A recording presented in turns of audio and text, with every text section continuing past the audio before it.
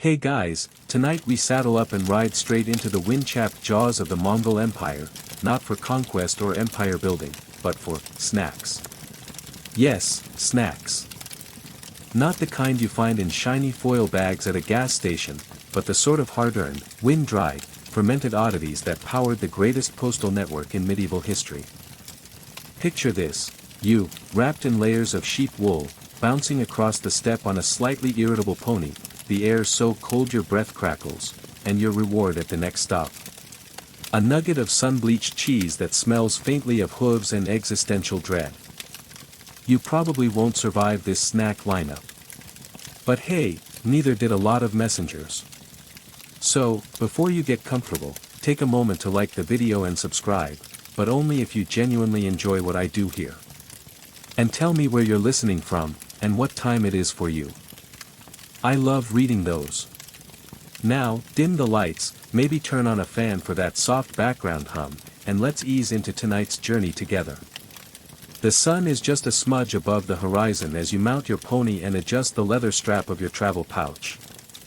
Inside is the first of many strange treats, a small linen bundle of arul, air-dried curds, rock-hard, chalky, and aggressively sour. Mongols loved these. You. Not so much.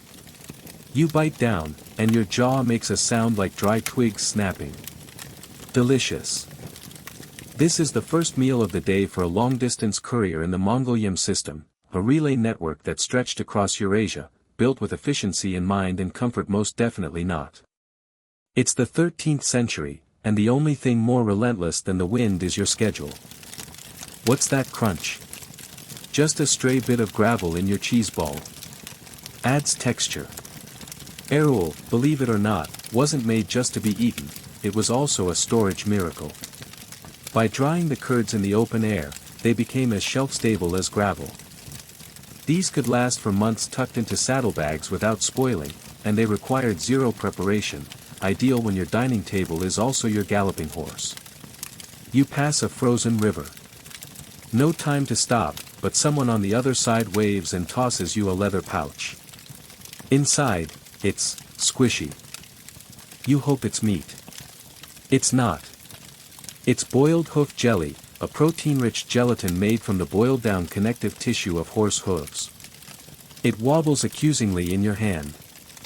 You take a bite, it's gluey, flavorless, and somehow still better than the cheese. Historians still argue whether this hoof jelly was a common daily ration or more of a last-resort food. But one thing's clear, it packed protein, and Mongol riders weren't picky. They were famous for eating on the move, sometimes even slicing meat directly off their mount in dire situations, though that might be more legend than practice. Still, the postal riders of the Mongol Empire had to move fast, fueled by whatever they could carry or scavenge from the next station.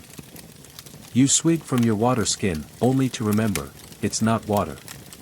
It's arag, fermented mare's milk. Cold, sharp, and frothy, with a sourness that climbs up your nose and takes root behind your eyes. Mongols swore by it. You swear at it. The nutritional logic checks out, though. Arag is rich in probiotics, fat, and a bit of alcohol, just enough to make you feel warm for 5 minutes before the wind reminds you that you're still in a frozen wasteland on a half-starved pony. You pass a series of wooden markers, worn smooth by sand and wind. These are waypoints of the system.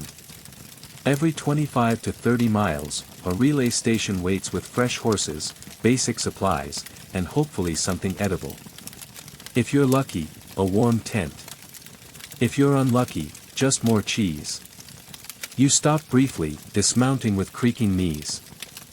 A station keeper tosses you a pouch, more curds, this time mixed with a bit of dried berry. It's still sour, but at least it's a different kind of sour. Variety is the spice of Mongol life. As night falls, you find a sheltered dip in the land and huddle beside your pony. You chew slowly, watching the stars emerge like scattered bone fragments across the sky. You're full, not in the modern sense of food satisfaction, but in the medieval sense of no longer actively starving. Your stomach makes noises that could be interpreted as Morse code. Possibly a cry for help. Still, there's something meditative about this rhythm. Ride, eat, survive. The Mongol couriers were known to cover over 100 miles in a day, switching horses at relay stations but rarely stopping for long. Their snack system wasn't about taste, it was about survival, resilience, and enduring, the kind of menu that makes airline food seem Michelin-starred. You curl up in your blanket, belly full of sour curds and hoof jelly, and stare into the cold blue night, thinking, this is just the beginning. Tomorrow, there's broth. You hope it involves something that once had flavor. Your pony whinnies just before dawn, the kind of judgmental sound that says, we've got 90 miles to go and your breakfast is in that crusty pouch. You groan, because you know what's coming, more arrow, and maybe, if fate is feeling frisky, a strip of dried meat that you have to chew like a goat with dental regrets. But before you mount up again, let's talk about those way stations you're relying on, the beating heart of the Mongol Empire's yum system. They weren't just glorified snack stops. These were strategically placed hubs every 25 to 30 miles along imperial roads, staffed by families who provided fresh horses, supplies, and occasionally news. Think Pony Express, but with more fermented dairy and fewer laws about eating your horse in an emergency. You approach the next station and see smoke curling from a low chimney. That's a good sign. Smoke means fire, and fire might mean soup. The smell is ambiguous. You dismount, legs half asleep, and step inside the tent. Someone hands you a bowl. It's bone broth, cloudy and pale yellow, made by boiling whatever scraps of bone and fat were available. It's warm, which is all you care about, and you slurp it gratefully while your boots thaw slightly. Bone broth was a staple among the Mongol Postal riders. Easy to make, packed with collagen and minerals, and surprisingly filling. Historians still argue whether it was consumed regularly or saved for the injured or elite riders, but your freezing fingers vote for, every day, please. You tip the bowl and catch something chewy, a bit of tendon, perhaps. It's hard to say, and frankly, you're not going to ask. You nod at the station keeper and toss him a small token from your pouch, a stamped brass tag authorizing your passage. You're part of a system, efficient, relentless, and absolutely powered by snacks you wouldn't wish on a medieval enemy. Saddled again, you gallop forward, the horizon blinking with mirage-like clouds. After a few miles, you pull out the next item in your travel kit, borts, dried meat pulverized into dust and mixed with fat. Mongol beef jerky, except it looks like someone dropped it in the sand, forgot it for a week, then put it in your pouch. Still, borts was a lifesaver, long-lasting, easy to rehydrate in broth or tea, and packed with protein. You chew some dry and feel your molars stage a protest. It tastes like jerky filtered through a barn wall. But it keeps you moving. In fact, Genghis Khan's army and messengers alike swore by borts. This meat dust was portable power. Mongol warriors often carried it in small leather pouches, adding it to boiling water to make a sort of proto-ramen on the fly. Scholars debate whether soldiers or postal riders had better access to fresh versions, but out here, all you get is whatever was left over from last week's goat. As you gallop, the terrain changes, rolling hills, still dusted in snow, then open plains dotted with distant herds. You think you see a group of yaks, but they vanish into the heat shimmer. Time for another chew. You reach into your pouch and pull out a milk skin, a leathery roll of boiled and dried milk fat. It's like nature's fruit roll-up, if fruit roll-ups were sour, greasy, and made your hands smell like a barn. It's not bad, actually. Sweet in a way that surprises you. Mongol families made milk skin from cow, sheep, or mare's milk, boiling it until it formed a thick layer on the surface, like custard's evil twin, and then drying it on fabric or bark. Some sources say it was a treat for children, others claim it was a calorie bomb for hard laborers. Either way, it makes your fingers sticky, and it's the closest thing to dessert you've had since, well, ever. A small bird darts past your head, and you duck instinctively. Not that it was coming for you, more likely it was heading for the dried blood flakes in your saddle pack. Yes, those are a thing. Mongol riders occasionally carried strips of dried blood, often from sheep or goats, as a supplement. High in iron, low in appeal. You make a face just thinking about it. Thankfully, you're not hungry enough yet. Your next stop isn't for a few hours, so you distract yourself by watching the terrain blur by. The rhythm of hooves, wind, and distant eagle cries is almost meditative. Your pony grumbles but keeps pace. When you finally spot the next station, the sun is high and your stomach is beginning to mutiny. You dismount stiffly and are greeted by a young girl holding a bowl of something steaming. You offer a grateful grunt and take it. Millet porridge. At last, a taste of something almost familiar. It's thick, bland, and has the consistency of wet sand, but it's not sour or chewy, so you nearly cry. Mongol porridge was often bulked up with goat fat, wild onions, or even dried berries if someone was feeling generous. You get a hint of salt and a chunk of something vaguely root-like. Bliss. There's a dog curled near the fire, a three-legged veteran of someone else's adventure, and he watches you closely in case you drop something. You don't. Every grain is a treasure. As you prepare to leave, the station keeper hands you a new water skin. It sloshes oddly. Suspiciously. You sniff it. Not water. Not arag. It's terasum, fermented camel's milk, a rare treat in these parts. Sweet, sharp, with a yogurt-like bite. You take a cautious sip and immediately regret it less than expected. It's tangy. Almost citrusy. Mongols prize terasum not just for hydration, but for its medicinal properties, good for digestion, bad for first dates. Historians still argue whether postal couriers were always allowed luxury drinks like terasum, or if it was station-specific. Maybe you just got lucky. You ride off with a slightly lighter heart and a pouch still filled with nutritional despair. But hey, it's working. You're moving.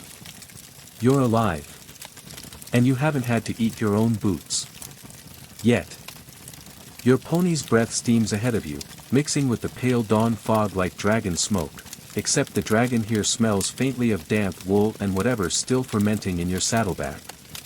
Another day begins on the Mongol Postal route, and so, naturally, your thoughts turn once again to snacks. Not because you're obsessed, but because the Mongol Empire ran on the stomachs of its riders, and those stomachs had to make peace with some, let's say, creative cuisine. You fumble through your pouch and pull out a sun-dried curd cake, shaped like a small rock and roughly the same consistency. Welcome to Erul's cousin, kurud, often made from goat milk, sun-dried, and stored until it could be used as both food and bludgeon. These hard cheeses were portable, nutritious, and capable of surviving weather conditions that would ruin any modern snack. You chip off a corner with a knife and gnaw on it like you're carving a wooden spoon with your teeth. Historians still argue whether kurud was reserved more for soldiers than postal riders, but if you're chewing it, logic says you're either elite, desperate, or both. As you ride, you pass by a group of herders preparing a smoking rack, a lattice of branches hung with strips of meat. You wave and they wave back, one of them holding up a skewer. You pause. Could it be fresh meat? You stop just long enough to barter a strip of smoked marmot. Yes, marmot. Not your usual choice of protein, but on the steppe, everything with legs was fair game. Mongols prized marmot for its fatty meat, and even held seasonal hunts. Roasting marmots in pits was a group affair, though postal couriers usually ate them smoked or dried. You take a tentative bite. Gamey. Slightly oily. Oddly nostalgic. Like squirrel jerky made by someone with ambition and no seasoning. The road stretches forward, still flat, still relentless. You take a drink of water, actual water this time, and glance down at your travel log, a small scroll tube carried by couriers to protect documents from weather, wind, and grubby fingers. You imagine what secrets the messages might hold, troop movements, diplomatic gossip, or perhaps just some poor accountant's goat tax records. You chew another bit of dried curd and let your thoughts drift toward the social life of postal riders. You weren't exactly lonely, there were station keepers, passing messengers, and the occasional herder, but relationships were fleeting. Bonds formed in firelight over bowls of broth and tales told in whispers. Rumors even swirled about postal love songs, tunes riders sang to pass time or flirt with station hosts. One fragment recovered by historians speaks of a kiss under the milk moon. Scholars still debate whether it's romantic poetry or a reference to spilled arak. Your pony snorts, unimpressed by human emotions. In your pack, wrapped in worn felt, is a tightly bundled treat you've been saving, a millet dumpling, cooked, then dried, then steamed again at the last station. It's dense, slightly sour, and unexpectedly comforting, like a meatless potsticker someone dropped in ashes and then apologized by adding yak butter. Still, you savor every bite. These dumplings were practical, designed to survive travel, fill your stomach, and remind you that Mongol kitchens had tricks beyond boiling and fermenting. You crest a low hill and spot something unexpected, a bright swatch of red fabric fluttering from a tree. A marker flag, signaling a rider checkpoint. You approach and find a courier already there, face half covered in dust and eyes rimmed with fatigue. You trade brief nods, silent respect between people who've seen the same 50 shades of horse manure. He offers you a strip of smoked horse meat. You raise an eyebrow but accept.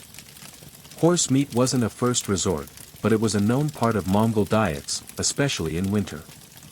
Lean, dense, with a faintly sweet aftertaste. You chew, and the silence between you both is broken only by the wind, tugging at the grass like a fidgety ghost. Scholars still argue whether horse meat was taboo among couriers or simply situational. But no one questions its caloric value when the snow starts falling sideways. The other rider takes off, leaving only hoof prints and a lingering scent of boiled leather. You mount up again, and your thoughts turn to something you've heard whispered, traveler's tea. Not actual tea, mind you, leaves were a luxury. This was a mix of dried herbs and salt, brewed in milk or water for warmth and faint flavor. Station keepers made it with whatever grew nearby, wild thyme, onion grass, sometimes even bark. You remember the last batch. It tasted like desperation and dandelions. But it warmed your hands, and that's what mattered. As you gallop forward, the sun dips behind a cloud, and shadows stretch long over the grass. You spot something unusual ahead, a cluster of yurts, more than just a station. A festival. A family gathering. Turns out, you've arrived during a mini-natum, a regional celebration with archery, wrestling, and yes, food. They offer you a bowl of bortsog, deep-fried dough twists drizzled with honey. You almost cry. This, finally, tastes like joy. Crisp, golden, sweet. Mongol donuts, essentially, and not a dried thing among them. A child hands you a second piece, and for a moment, the world slows down. The fire crackles. Someone sings in the distance. You chew, your jaw grateful for the break, your soul warmed by oil and sugar. Then, with a grunt and a reluctant stretch, you ride on. The yam route waits for no one, not even the lucky fool who scored fresh pastries. As the stars begin to pepper the sky, you reach the next station, where an elder woman greets you with a steaming bowl of blood pudding, made from sheep blood thickened with millet and fat. You sip cautiously. It's savory, rich, and oddly comforting. This was no emergency snack, it was a delicacy in certain regions, reserved for important guests or exhausted messengers.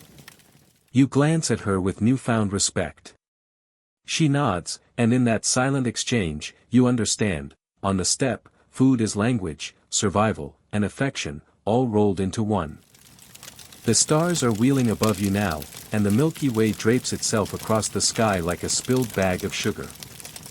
Your pony's hooves crunch through frosted grass, and your stomach is humming with satisfaction, or perhaps just mildly confused by the mashup of dumplings, marmot, and honey-fried dough. Either way, you're still riding, and that means more thoughts about snacks. Because honestly, what else are you going to do when you've seen the same patch of land for 6 hours and the wind singing lullabies in your ears? Tonight, your thoughts turn to something strange and seasonal: fermented mare's milk popsicles. Yes, popsicles. Not that the Mongols called them that, but during winter, arag, fermented mare's milk, could freeze if left out, especially in the colder northern stations. Riders would sometimes suck on frozen chunks of it for a quick jolt of sugar and alcohol. Historians still argue whether this was a deliberate snack innovation or just a happy accident by someone who forgot their gourd of milk on a fence post. Either way, imagine a kombucha slushie but with more equine energy. Your breath mists as you consider this. It's cold enough tonight that if you spit, it might crystallize before it hits the ground. You stop at a small gur, a felt-covered yurt used at outposts, and are met by a young woman with wild braids and sleepy eyes. She hands you a bowl without a word. Inside is something halfway between soup and paste: stone-ground barley with bone marrow. Warm, rich, and surprisingly creamy, it tastes like someone made oatmeal in a blacksmith's forge. You slurp gratefully. As you eat, she adds a few dried berries to the fire pit stew, tart little things that puckered your mouth last time you tried them. Mongols foraged what they could, including seaberries, juniper, and wild onions, tossing them into broths or drying them for trail snacks. The result? Occasional moments of unexpected flavor that zing through the blandness of butter and boiled meat. The conversation remains minimal, just the occasional glance or gesture. You're both tired. Language can wait. Later, as you lie down beside your horse for warmth, you think of the rhythms of yam life. Postal stations were spaced roughly every 25 to 30 miles.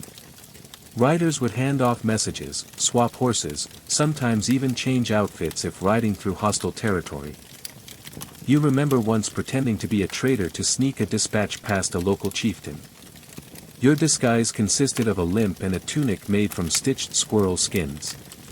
It didn't work. But the squirrel tunic got you invited to a feast. Win some, lose some. One of the more bizarre snacks from that feast: boiled cow knuckles dipped in garlic curd. Crunchy, chewy, and kind of an acquired taste, mostly acquired through hunger. You stir from your half-sleep and pack up again before dawn. No rest for the postal elite. As you saddle your pony, you slip a bundle of shelled pine nuts into your pouch. These were a luxury, collected from the Siberian taiga and traded along the edges of the empire. Postal riders didn't get them often, but now and then a generous station keeper would gift a handful. You nibble a few as you ride, sweet, soft, and blessedly normal. Hours pass. You watch the land shift subtly, grass giving way to scrub, scrub giving way to wind-chiseled hills. The snack you've been dreading is next: dried blood pancakes, known as tsus. Made from congealed animal blood and flour, they're fried until leathery and usually eaten cold. You once heard a rumor that they were invented by a homesick rider from the West, trying to recreate a family recipe. Historians still debate whether this origin story is poetic nonsense or grounded in fact. All you know is that it tastes better than it sounds, especially if you eat it with pickled onions or a good drink. Speaking of drinks, you stop at a riverside station known for its birch sap tonic. During spring, the bark is tapped and the sap collected, then lightly fermented. It's sweet, woody, and feels like sipping a forest's daydream. The keeper offers you a cup, and you take it slowly, letting the sugar and trace minerals bring your bones back to life. You share your travel log with her. She stamps it with a carved block, an official mark of passage, and then hands you a small satchel, crushed juniper snacks pressed with lard and salt. They're sharp, fragrant, and wildly pungent, like someone tried to invent breath mints in reverse. But they last forever, and the taste keeps you awake. You mount again, barely needing to guide your pony. It knows the road as well as you do. You drift a little, not asleep but not awake, remembering a time when you ate roasted grasshoppers during a drought. Not bad, honestly. A little nutty. Riders are flexible eaters, you tell yourself. Like goats, but slightly more literary. Eventually, you reach an unusually large station, clearly a hub. Flags flutter, carts rattle, children shout, and a woman with a gold-threaded sash offers you a tray of steamed dumplings stuffed with turnip and mutton fat. You take 2. You eat 5. You regret nothing. You find a seat by the fire, and someone begins to sing, a tune about a lover who waited 3 winters for a message from the west. You wonder if it was delivered. Maybe not. Maybe that rider was you, lost in a snowstorm, living off old cheese and dreams. As the song continues, someone passes you a ceramic jug. Inside, fermented camel's milk. Rarer than mare's milk, and more intense, sour, thick, and almost cheesy. Not for the faint of heart. You sip anyway. The heat of the fire blurs your vision, and for a moment, you feel timeless. Food on the Mongol road wasn't just nourishment, it was story, status, survival. Every bite told you where you were, how lucky you'd been, and how far you had left to go. You pat your pony, sling your satchel back over your shoulder, and ride on under a sky heavy with stars and fermented aftertaste. The cold air cuts sharper now, and your breath curls like dragon smoke in front of you. The taste of fermented camel's milk still lingers at the back of your tongue like a dare you wish you hadn't accepted. But there's no time for regrets, not when you're already moving again, eyes squinting into the rising light. The route ahead is long and winds through a string of outposts built in clusters near water, the lifeblood of the empire's arteries. You pass a group of kids trying to fish using nets made from horsehair, tough, but fine enough to catch even the clever ones. One of them offers you a dried perch, shriveled and stiff like fish jerky. You try it. It's salty and smoky, a little chewy, and somehow comforting. Mongol riders took what they could get. If it swam, ran, flew, or burrowed, someone probably figured out how to snack on it. You're grateful for the protein because the next stretch is notoriously barren, no yurt stations, no rivers, no warm barley paste. Just wind, dust, and silence. Still, you reach into your pack and pull out a familiar item, a pressed cheese curd disc, hard as a coin and roughly the same size. These are called erul, and Mongol riders swore by them. You gnaw at the edge like a goat trying to understand architecture. They don't go bad, they don't melt, and they definitely don't soften. But they keep your jaw moving and your stomach from growling too loudly. You pass a monument, just a stack of stones tied with blue silk. An ovu, a spiritual marker. Riders leave offerings sometimes, a coin, a tuft of horsehair, a final bite of their snack. You pause. You take the last bit of your cheese disc and gently press it between 2 stones. For luck. Farther on, the land opens into steps so flat it feels like you're galloping through the floor of the sky. A golden eagle wheels overhead, and you swear it gives you a judgmental look. Maybe it knows you once tried to eat sun-dried locusts and dropped half of them into your saddlebag. Crunchy, high protein, and disturbingly satisfying, though you never got used to the legs sticking in your teeth. You think of a fellow rider who once swore by his secret trail mix, dried lamb bits, candied rhubarb, and toasted millet rolled in yak butter. He called it survival fudge. Historians still argue whether this was common or just the invention of a man whose taste buds had abandoned him years ago. But you tried it once, and then maybe twice. The sun is higher now, and the sweat beneath your wool layers is starting to itch. You stop briefly to drink from your water gourd, boiled river water with a pinch of salt and a sprig of pine. Not exactly spa water, but refreshing enough. Then, just as you're about to remount, a station boy comes running with a basket. For the next rider, he says, breathless. You raise an eyebrow. He grins. Inside the basket, butter cookies. Yes, butter cookies. Turns out one of the outpost families originally came from a region near the Silk Road crossroads, where Chinese, Persian, and Central Asian recipes sometimes mingled like gossip around a campfire. The cookies are dense, crumbly, barely sweet, and filled with toasted sesame. You inhale too and tuck the rest away like treasure. Riding again, you notice a change in the air. A storm brews on the horizon, and you pick up speed. The road here is flanked by shrubby bushes that whisper as your horse passes. Lightning forks in the distance, and you hope you'll reach the next gur before the sky cracks open. You do, but barely. Rain begins just as a keeper pulls back the felt flap and waves you in. Inside, it's warm, dry, and smells faintly of garlic and wet wool. A metal pot bubbles gently on the coals.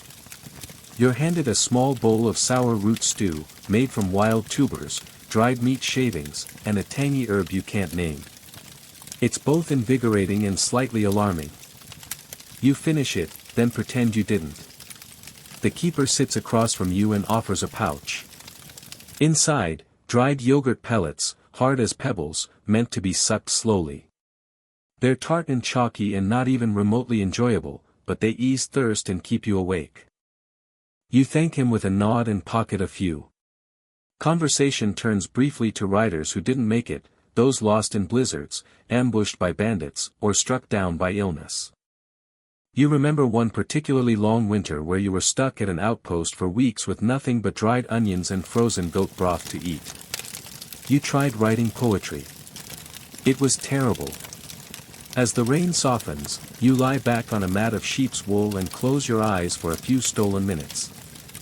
Your dreams are food dreams, glorious, imaginary meals of honey-glazed pigeon, mountain cherries, and a magically refillable pot of lamb stew.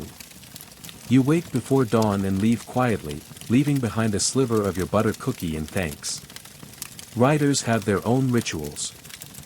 Back on the trail, your next snack is roasted chickpeas mixed with bits of dried apple, packed into a cloth pouch by a generous herbalist 2 stations back.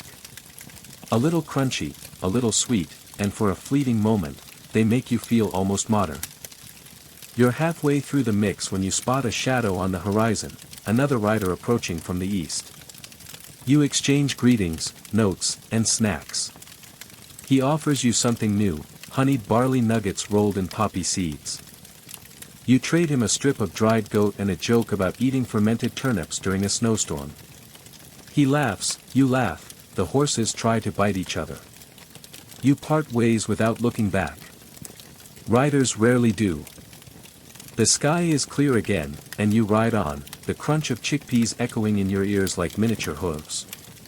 The road never ends, only curves, and with every curve, a new flavor waits to surprise or challenge you. The sun rises lazily, as if even it knows you didn't sleep much. The wind carries that familiar grassy musk of the steppe, sharp and earthy, mingling with the faint scent of whatever mystery meat you tucked in your saddlebag yesterday. You're not entirely sure if it was goat or marmot. Either way, you've made peace with it. You kind of had to. This morning's ride feels lighter, though, not because the terrain has changed, but because the last station master slipped you a luxury, honey cakes soaked in fermented mare's milk. They're sticky, tangy, and oddly fluffy despite being made under what you can only describe as culinary combat conditions. You nibble on one slowly, letting it dissolve against your tongue while the world ambles past.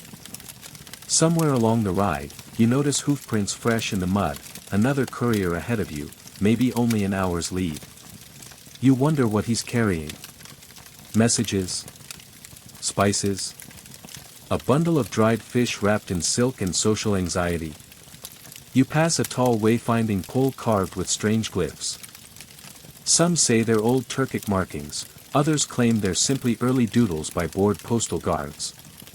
Historians still argue whether these poles served as navigational markers or were just early medieval venting posts, like Twitter for travelers who couldn't draw cats. The road ahead forks slightly near a dusty ravine.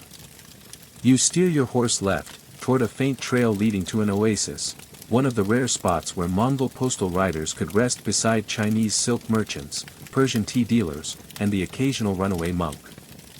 It's like a medieval rest stop, except the coffee's been replaced by hot, salted yogurt and there's no vending machine in sight. As you tie up your horse, a wrinkled woman with twinkling eyes offers you a bowl of barley gruel thickened with pine nuts and wild apricot paste. You take it.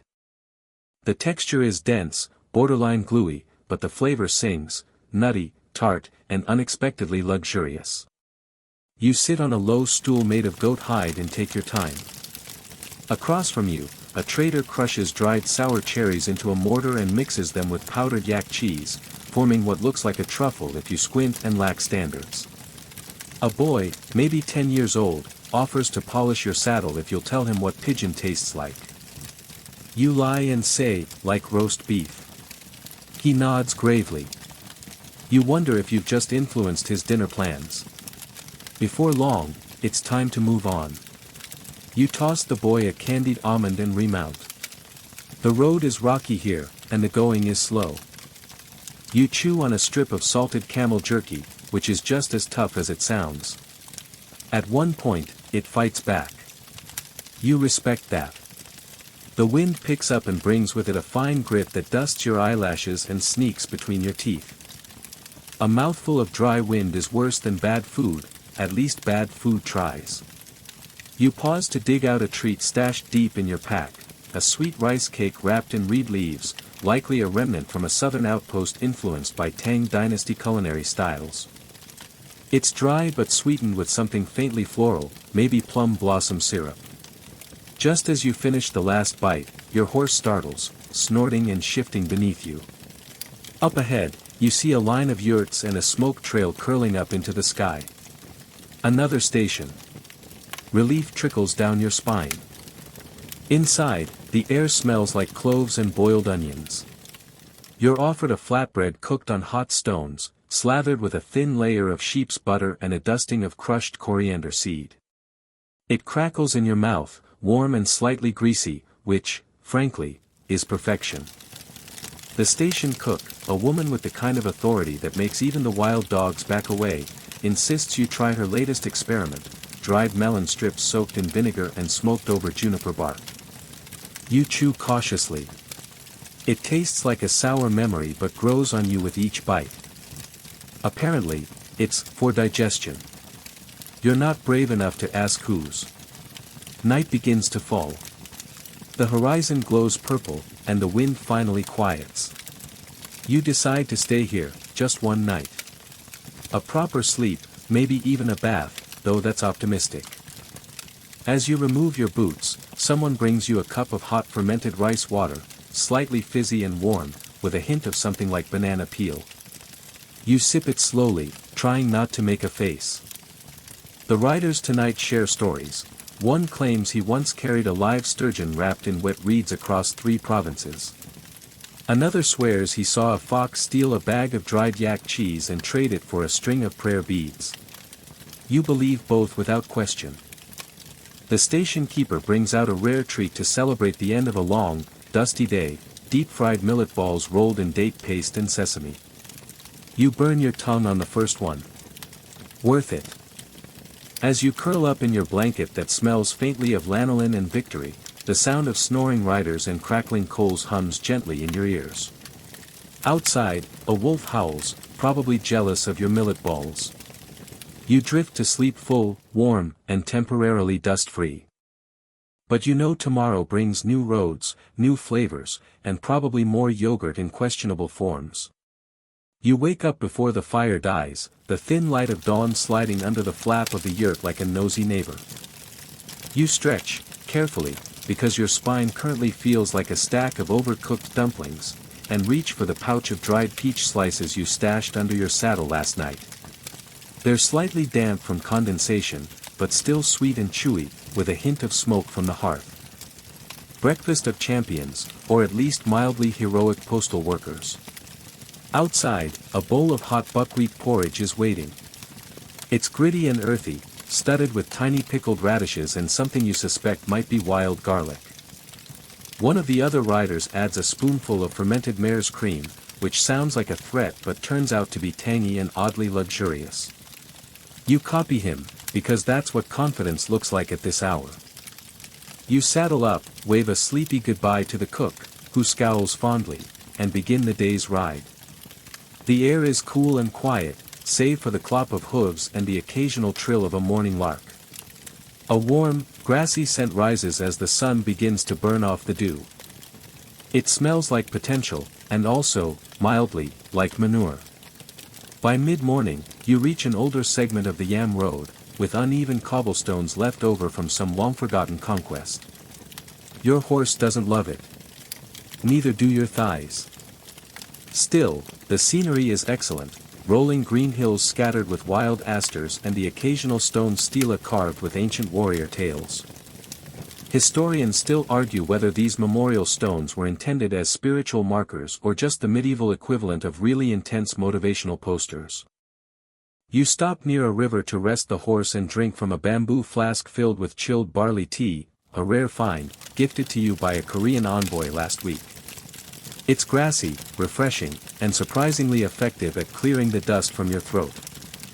You pair it with a tiny pastry filled with crushed walnuts and caraway seeds, its edges slightly burned from being baked over an open flame. It crumbles in your fingers and leaves behind a flavor that's somewhere between savory granola and ambition. Just as you begin to doze in the shade of a scrubby juniper, a courier on a fresh mount gallops past, shouting something about a new imperial edict. His horse kicks up a rooster tail of dust that lands directly in your tea. You sigh, cap the flask, and get moving again. The terrain begins to shift, flatter, sandier. You pass a merchant caravan camped near a dried-up creek. One of the men waves you over and insists you try his desert treat, strips of roasted lamb glazed with honey and crushed apricot pits. The meat is sticky, intensely rich, and full of strange floral undertones. You politely pretend not to notice the camel watching you eat with what can only be described as bitter envy. A younger member of the caravan offers you something wrapped in cloth, a compressed fruit brick made of wild mulberries, rose petals, and a touch of sour plum. You thank him, tuck it into your pack for later, and share a roasted lentil cracker in return. Cultural exchange at its crunchiest. By late afternoon, your next relay station comes into view. The structure is squat and weather-worn, its outer wall decorated with painted symbols of protection, some Buddhist, some shamanic, some probably just decorative guesses. A young station master greets you and offers a bowl of salted yogurt soup with floating bits of dried mint and toasted millet. It's thin, salty, and strangely comforting, like warm ocean water had a baby with a smoothie. As you eat, you overhear a heated argument about horse tack materials. One rider swears by camel leather reins, another insists on yak hide. Historians still argue whether the choice had more to do with availability or status signaling, ancient gearhead drama, basically. Refreshed, you explore the nearby storage shed and discover a few culinary oddities meant for long-distance riders, sun-dried eggplant stuffed with spiced goat fat, preserved quail eggs sealed in beeswax, and a jar of plum vinegar jelly that jiggles with suspicious confidence. You take the jelly, figuring it might either save your life or become an excellent bribe. You sleep in a loft above the stable that night, swaddled in wool and the aroma of hay, leather, and faint horse sweat. It's oddly soothing, like being hugged by a barn. Before bed, someone passes around sweet barley cookies spiced with cinnamon bark and black sesame, a rare treat made by a visiting Tibetan chef who once cooked for a minor warlord and now just wants to bake in peace. You munch on one, then two, then three. The warmth of the cinnamon seeps into your chest, and the sesame lingers on your tongue like a lullaby in edible form. The air grows cooler, and the faint sound of a distant flute floats in from the hills, someone playing for the sake of sound, not an audience. You fall asleep curled against your saddlebag, a half-melted plum jelly brick under your arm like a makeshift pillow. You'll deal with it tomorrow. For now, the road can wait. You're woken by a horse sneezing directly below your floorboards. It's a moist, reality-affirming sound that leaves no room for ambiguity. It's morning again on the step, and your ride isn't going to complete itself. You roll over, brush a few sesame crumbs off your tunic, and grope for the fruit brick you slept on. It's flatter now, maybe even improved. You take a nibble. It's tangy, chewy, a little floral, and perfectly acceptable for pre-dawn snacking. Outside, the station master offers you a breakfast of steamed dumplings stuffed with dried turnip and sheep fat, served with a dab of sour apple paste. You're skeptical at first, but the paste cuts the richness, and the dumpling skin is so thin it almost dissolves on your tongue. It's the kind of meal that both warms your stomach and reaffirms your suspicion that ancient chefs were secretly gourmet pranksters. You refill your saddle pouch with warm water, wrap up the last dumpling in cloth for later, and mount a new horse. This one is a stocky chestnut with an attitude. She swishes her tail like she has something to say and doesn't think you'll get it. You don't, but you ride anyway. As the sun climbs, the land stretches wide again. Dry wind picks up. You pass through a patch of thorny steppe bushes, which the horse clearly resents, and emerge into a dusty basin where the wind hurls sand at your face like nature's exfoliant. A few miles in, you spot a lone roadside merchant seated cross-legged under a linen tarp. He beckons with the promise of something rare and restorative, which turns out to be fermented camel milk strained with black tea and a pinch of salt. It's thin, smoky, and curiously invigorating, as if your taste buds briefly attended a shamanic trance dance. You buy a small pouch of roasted mung beans rolled in date syrup and sesame, pocket some salted apricot rinds, and offer a half-smile. It's early, but it's shaping up to be a day full of unusual flavor and low-level gastrointestinal suspense. You ride past the ruins of an old stone watchtower, half swallowed by wild grass. Scholars still argue whether it was a military outpost or just an unusually aggressive toll booth. Some believe it once signaled via smoke to indicate postal traffic, a kind of ancient, "you've got mail" system for the Khan's network. Nearby, a herd of wild goats clambers over the rocks, nosing at plants you're advised not to touch unless you want to hallucinate your way into a spiritual awakening. You steer clear and stick to your snack bag. A nibble of that leftover dumpling is still edible, and the apple paste has now merged with the cloth into a kind of emergency fruit leather. By noon, you reach an oasis, a narrow band of greenery wrapped around a silver stream, guarded by date palms and squat tamarisk trees. You water the horse, soak your scarf, and sit with a passing scholar who's scribbling in the margins of a goatskin scroll. He offers you dust cakes, made of millet flour, dried figs, and crushed almonds, which are far tastier than their name suggests. They crumble easily but melt into a honey-like finish. The two of you share a meal while he tells you tales of imperial decrees, forbidden poems, and a postal courier who once smuggled a love letter disguised as a grain inventory. You offer him one of your mung bean rolls in exchange. It's a decent deal. Back on the road, the landscape begins to shift again. Hills rise around you, and tufts of juniper start dotting the slopes.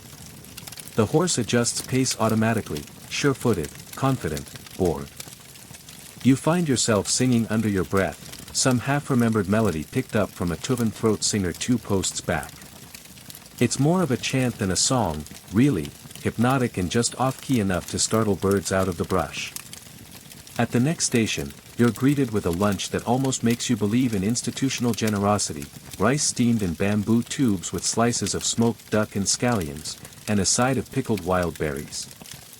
It's a dish borrowed from Chinese influences along the route, delicate and aromatic, with a smoky layer that makes your whole palate light up. You eat slowly, pretending this is normal and not, in fact, one of the finest things you've tasted since you joined the postal service. During the meal, you overhear 2 senior riders debating something strange, the use of spirit-infused honey to ward off wolves during overnight camps. Historians still argue whether such honey was meant as actual defense or just a way to make drowsy riders braver. Either way, someone once claimed a wolf got drunk and danced around a fire pit. You tuck that image into your mental scrapbook. Evening nears. You make it to a guest yurt set up for traveling officials, and for once, the bedding is thick and the roof doesn't leak. The host, a woman with silver streaks in her braid and a laugh like falling coins, serves a stew of braised root vegetables, wild boar jerky, and fermented rose hips. It tastes like thyme, layered and deep, and you finish 2 bowls without shame. Dessert? Naturally. It's sun-dried rice crisps dipped in a honey ginger glaze and rolled in crushed pistachios.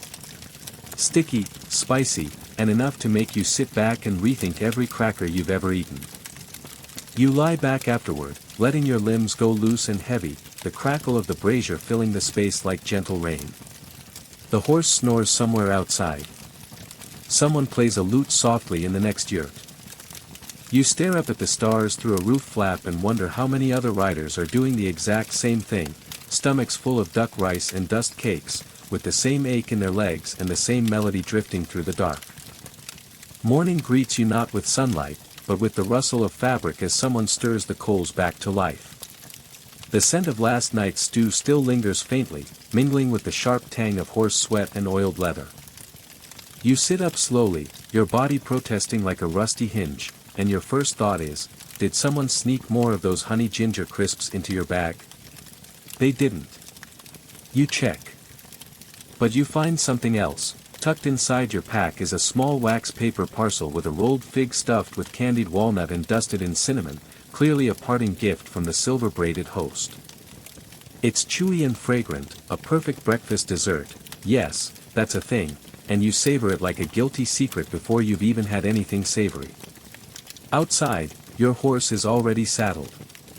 Someone really wants you back on the road.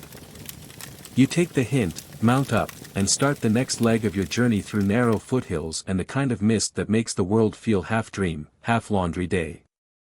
As the fog lifts, you reach a higher plateau dotted with shrines, cairns, and worn prayer flags flapping like tattered bookmarks. A local monk offers you tea, poured from a kettle blackened by decades of fire. It's butter tea, thickened with yak milk and churned until frothy. You take one cautious sip and feel like someone just slapped you lovingly awake with salt and cream. Not bad. Alongside the tea, the monk shares small barley cakes pan-fried in sheep's tallow and topped with fermented berry compote. They're dense but tender, a little funky, and deeply satisfying in that this will sit in your stomach like a warm rock way. You eat too and nod gratefully, even as your arteries quietly plot revenge. The path narrows and climbs again, and your horse handles it with the patience of a creature that's seen too much and expects too little. You pass through wind-bent pine groves and cross a creaking rope bridge strung over a gorge so deep it makes your bladder rethink its confidence. On the other side, you're greeted by a curious sight, a group of riders clustered around a wooden barrel, arguing over whether dried cheese cubes or toasted rice balls make better travel snacks. Historians still argue whether these roadside debates were informal forums or just excuses to delay hard rides. What's clear is the Mongol Empire knew the value of a snack-fueled strategy session.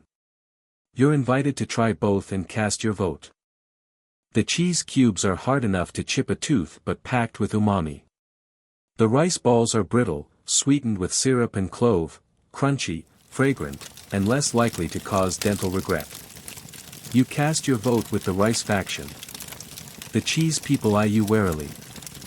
That afternoon brings another surprise, a convoy of merchants transporting dried seafood wrapped in woven grass mats, apparently bound for a banquet along the Silk Road's wetter fringe. They offer you a trade, your extra stirrup strap for a handful of sesame seaweed crisps and a tiny jar of pickled shrimp in vinegar and herbs. It smells like low tide and bold decisions. You keep it sealed. For now. As you ride farther east, the terrain becomes greener, gentler. The wind softens and the smell of pine and wet moss replaces the arid dust. You come across a lakeside postal station that feels more like a vacation lodge. A wooden dock juts into the water, and someone set out chairs carved from driftwood. The host here is an elderly man with a flute and a frying pan. He offers you pancakes made with acorn flour, topped with smoked plum jam and crumbled goat cheese. You blink. Did you just walk into a brunch bistro? You eat in blissful silence while he plays a meandering tune that might be a love song or just a weather forecast in musical form. He packs you a lunch of dried trout marinated in soy brine and honey, wrapped in lotus leaf, along with a pouch of roasted chestnuts and a single, perfectly ripe persimmon. You carry it carefully like it might be a relic or a bribe for the next station master. Downhill now, the road smoothens, and for a few hours, you barely need to guide your horse. You nibble your trout like jerky, savoring the layers of sweet, salty, and smoky. The chestnuts are warm from your body heat, soft and creamy inside their hard shells. You even hum along to the tune still echoing from the flutist's performance, off-key but sincere.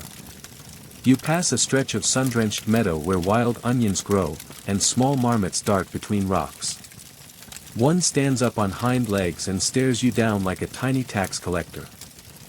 You toss him a chestnut. He takes it. You're unsure if this means you owe him rent now. As evening settles, the sky glows a color you can't name, somewhere between bronze and apricot. You stop at a forest-side camp, where a bonfire is already roaring and someone is toasting what look like flat rounds of barley sugar on metal skewers. They caramelize and harden into amber discs, snapped and handed out like candy. Dinner is rustic, grilled root vegetables seasoned with crushed juniper and rock salt, served with slices of cured goat belly and strips of fried lichen. It's earthy, intense, and strangely grounding. You eat slowly, watching sparks spiral into the night air. Nearby, a traveler recounts a story of a courier who once delivered a single plum, preserved in wine and wrapped in silk, to a courtier who had dreamed of it. Was it love? A prank? Or just a very expensive fruit delivery? Historians still argue whether the plum ever existed, or if it was just a metaphor for the bittersweet longing that shadows every road. You fall asleep under a canopy of stars, belly full and mind humming with tales. The plum lingers in your imagination, as elusive and vivid as the scent of jam still on your fingertips. You wake to the sound of bees. Not the threatening kind, the polite, early riser sort that hum like nature's tuning fork. Morning dew clings to the grass like silver thread, and your blanket smells faintly of juniper smoke and fried lichen. You stretch, slowly, like someone who's about to eat something strange but good. Your breakfast today? Boiled millet sweetened with dried apricots, rosewater, and a pinch of black pepper, served in a lacquered bowl that's probably older than your best pair of socks. The host, a wiry woman who claims to be 112 years old, but only on my right side, adds a butter-drenched pine nut pastry that flakes apart the moment you look at it. You eat quietly, watching a squirrel try to steal someone's spoon. The road beckons, twisting eastward through dense forest. Your horse, loyal but grumbly, moves like he's just remembered taxes are due. A light drizzle filters through the canopy. It smells of wet moss and distant promise. By midday, you come across a postal relay nestled beside a river so still it reflects the sky like a smug mirror. The stationmaster is a portly fellow with a talent for making fermented root pickles that fizz on your tongue, a sensation halfway between soda and regret. He pairs them with wild rice cakes, toasted and topped with crushed mint and fermented yak cheese. It's startling. Like eating a meadow that had strong opinions. Still, you clean your plate. You've learned the rules by now: never insult someone who controls the snacks and the horses. Further down the path, you meet a caravan hauling sacks of lotus seeds and bundles of dried chrysanthemum petals. One merchant offers you a cup of tea made with both, gently steeped over a charcoal brazier. The flavor is floral, mellow, and just slightly bitter, like a compliment from your older sibling. With it comes a snack: thin slices of dried pear brushed with honey and sesame paste.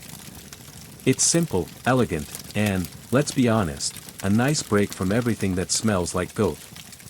Historians still argue whether these floral infusions were prized for their taste, their supposed medicinal value, or simply because nobody had yet invented espresso. What's clear is that along the Mongol routes, hydration was an art form, and every pause for tea was a ceremony disguised as a break. As evening creeps closer, you hit a fork in the road. One path climbs toward the mountains, while the other dips into a sun-drenched valley of tall grass and dragonflies the size of your hand. You choose the valley, your knees thank you. You reach a camp ringed with colorful textiles and loud music. The riders here wear sleeves embroidered with birds mid-flight, and their saddles are carved with stories you can't decipher but still admire. One of them hands you a strip of candied horse meat, You blink. They grin. You chew cautiously. It's spiced with coriander and clove, cured in honey and smoke, and, surprisingly, delicious. You don't ask too many questions. They pass around a dish of fried doughnuts dipped in mulberry syrup, and a bowl of pickled turnips that bite back harder than you expect. You laugh, a little startled, and someone offers you fermented mare's milk to chase it down. It fizzes, it kicks, and yes, it makes your tongue rethink its life decisions. But after a few sips, it starts to make a kind of sour, warming sense, like the food equivalent of a bad joke that keeps getting funnier the longer you sit with it. Under a canopy of lanterns strung between tree limbs, a quiet feast unfolds. Stewed lentils spiced with cumin and bitter orange peel simmer in a clay pot beside glowing embers. A flatbread, blistered and brushed with garlic oil, is passed around in torn pieces, still warm from the fire. You tear, dip, chew, and smile, partly because the food is good, but mostly because someone just made a face like they saw a ghost when they bit into a chili by accident. One elderly courier recalls a time when a whole route shut down for 3 days, not due to weather or war, but because someone had brought a spoiled fish jerky that cleared out 3 camps and a stable. Was it sabotage or just a bad drying job? Historians still argue, but everyone agrees the moral is simple: never trust fish that smells like ambition. As the fire crackles and laughter dies down, someone shares a preserved egg wrapped in clay and ashes, cracked open like treasure and eaten with dried mustard greens. It's salty, dense, and oddly satisfying, like a memory you didn't know you missed. You lie back against your saddlebag, belly full of strange combinations and stories that taste just as rich. The stars blink slowly into view, and the hum of insects joins the crackle of the fire in a lullaby that smells of ash and herbs. Your horse snores. You envy him. You wake to a chorus of creaking leather, jingling reins, and the unmistakable smell of onions being fried in butter. Breakfast waits in a shallow copper bowl, barley porridge laced with saffron and bits of salted duck egg, garnished with wild thyme. It's one of those meals that seems too rich for a road like this, but the Mongol system was all about surprises, like a pop quiz made of soup. Today's ride takes you along the bones of an ancient riverbed, long since dried but still echoing the memory of water in every bend. The air is dry, the wind relentless, and the only thing louder than the crows is your stomach, already planning its next snack. You pass a cluster of yurts that smell faintly of smoked apples and old wool. An old woman hands you a pouch of roasted pine bark chips dusted with sugar and crushed berries. It tastes like trail mix invented by someone who believes trees should be snacks. And honestly, they're not wrong. Lunch sneaks up on you in the form of steamed dumplings filled with minced lamb, onions, and garlic, their edges crimped like they were folded by monks in a hurry. One courier swears these are best eaten with a splash of vinegar and a spoonful of chili paste aged in dried gourd skins. You try it. Your eyes water. You smile through it like someone trying not to cry at a wedding. They follow it up with a cooling salad of cucumbers, sour plums, and shaved fennel, which tastes like a breeze in your mouth, though a breeze that might sass you a little. Mongol meals often danced between extremes, hot and cold, sharp and mellow, meat and fruit. Historians still argue whether this reflected resourcefulness or a kind of culinary daredevilry. That afternoon, as you travel between stations, a young rider joins your group with a pouch of sun-dried persimmon rolls filled with walnuts and sweet bean paste. He calls them saddle sweets, treats designed to survive long rides and offer a little joy mid-journey. You chew thoughtfully, your teeth sticking together like two old friends who've just reunited and instantly remembered why they don't hang out. You arrive at the next relay as storm clouds stretch their bellies across the sky. Inside, it smells like damp parchment and freshly tanned leather. A young woman offers you a dish of lentil and carrot fritters, deep-fried and sprinkled with ground sumac and salt. There's also a thick yogurt dip swirled with mint and garlic, served in a bowl that may or may not have started life as a helmet. Dinner comes with a story, a courier once rode through 5 relay stations in a single day fueled entirely by fermented millet bread and black tea infused with deer antler shavings. Was it determination, hunger, or mild hallucination? No one agrees. But the fact that he survived, and even gained weight, is the stuff of campfire legend. Outside, the rain starts in soft vertical sheets.